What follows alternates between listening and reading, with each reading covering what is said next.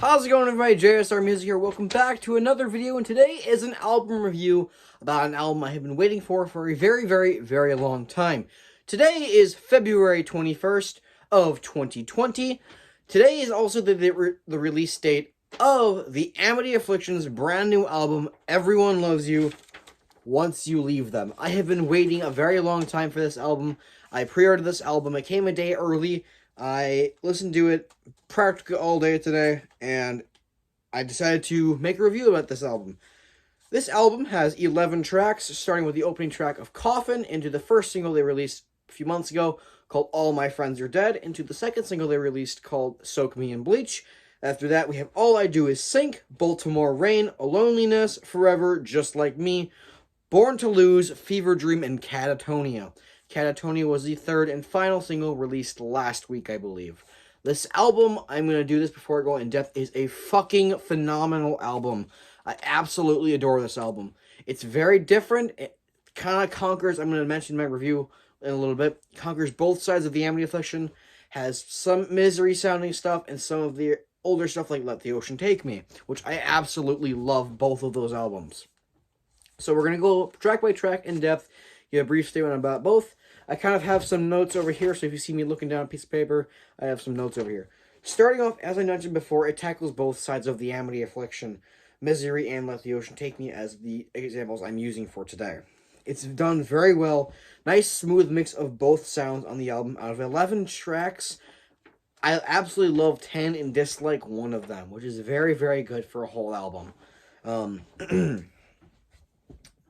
We're going to move on to the first track, which is technically an intro track, album opener. It's only about a minute and a half long, and it's still really good, and that's Coffin. The best way I can describe this song, it's literally a breakdown. The whole song is practically a breakdown, which makes it even better, and I love every single second of it. And that's really all I can really say about Coffin, is because it's just a really good track.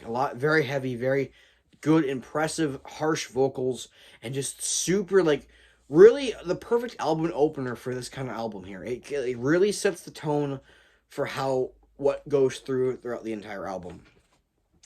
After that, we go into the very first single, All My Friends Are Dead. Heavy, start to finish. The only calm part of this song is the very drawn-out chorus of the really short but long drawn-out chorus from Aaron, who sings it. It's very nice, kind of melodic in the chorus, but it starts out with Joel literally screaming, "Oh, my friends are dead!" I'm sorry, that was horrible. Please ignore that.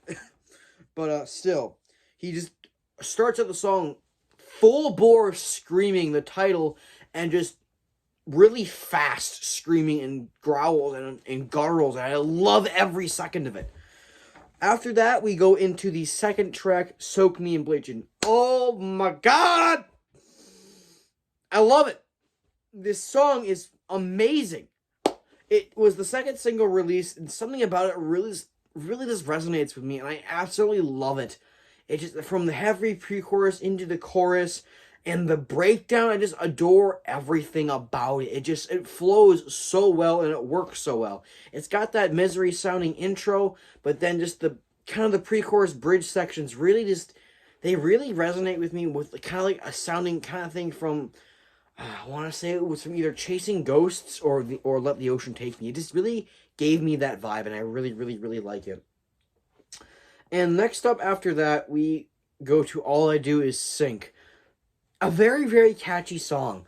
It's very different and very nice to hear Aaron a lot on this track. It's nice.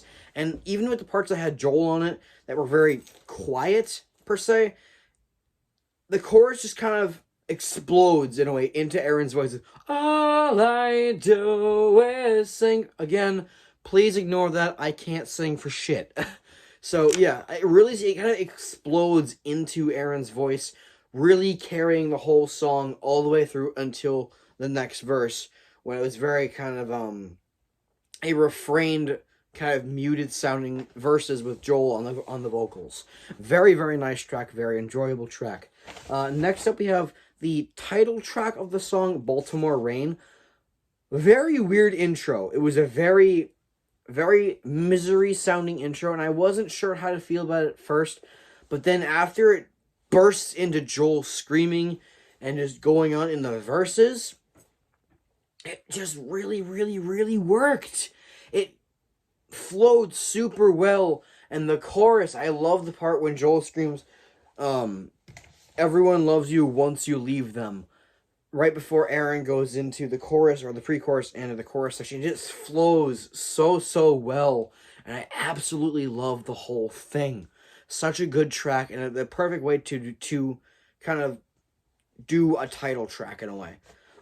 Next up we have A Loneliness. Honestly, this is the track I was talking about before when I first started the review. Was I'm not a fan of it.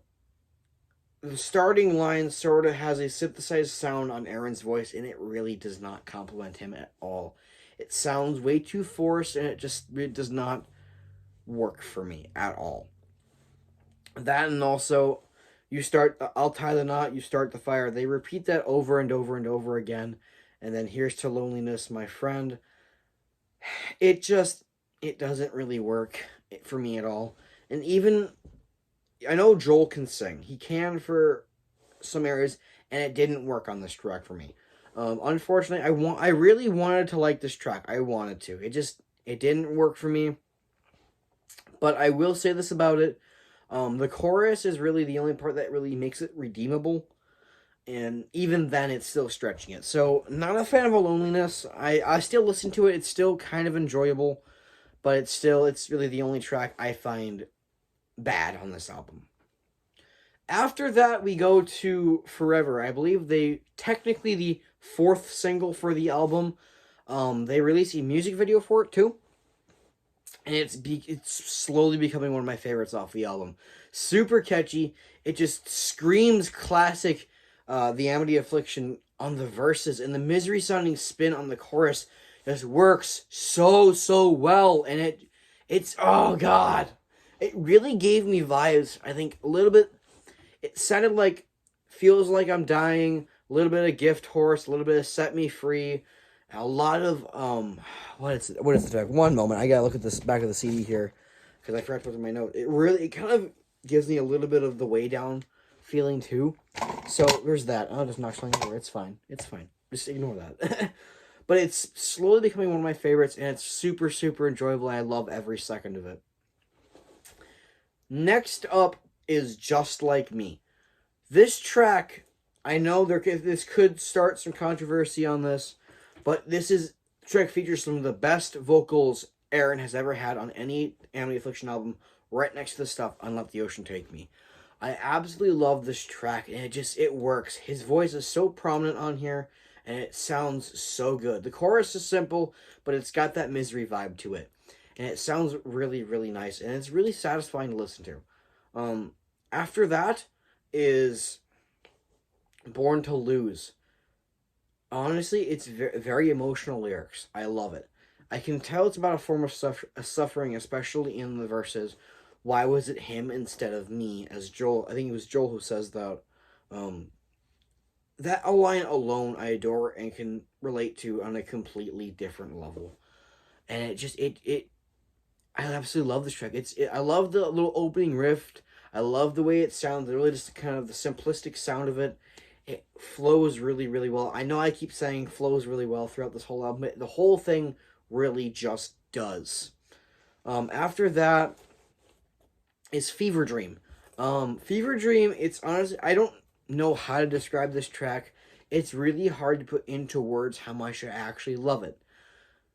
I love the absolutely emotional cleans and screams. I've got Death in My Pocket, and it's just like, it's amazing. And I know the song is actually about Joel, who had bought some drugs, or what was he had, and he wanted to take them on tour, but he kept tossing them out because he knew it wouldn't end very well for him. And I love it. It works so well. And on to this final track. I know I'm just switching around my notes 1 second.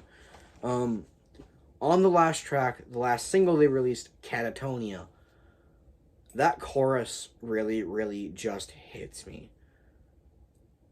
Even though the song is really heavy all the way through, it really got me emotional the first time I listened to that, especially when that chorus hit.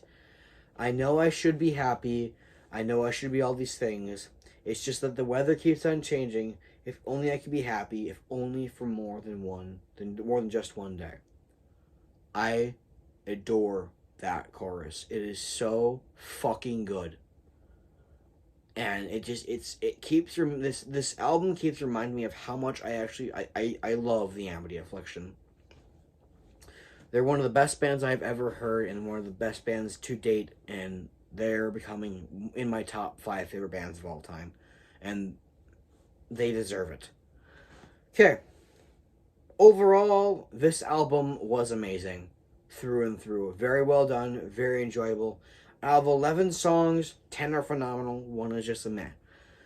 The final score I give Everyone Loves You Once You Leave Them by the Amity Affliction, released February 21st of 2020, an 8.5 to 9 out of 10.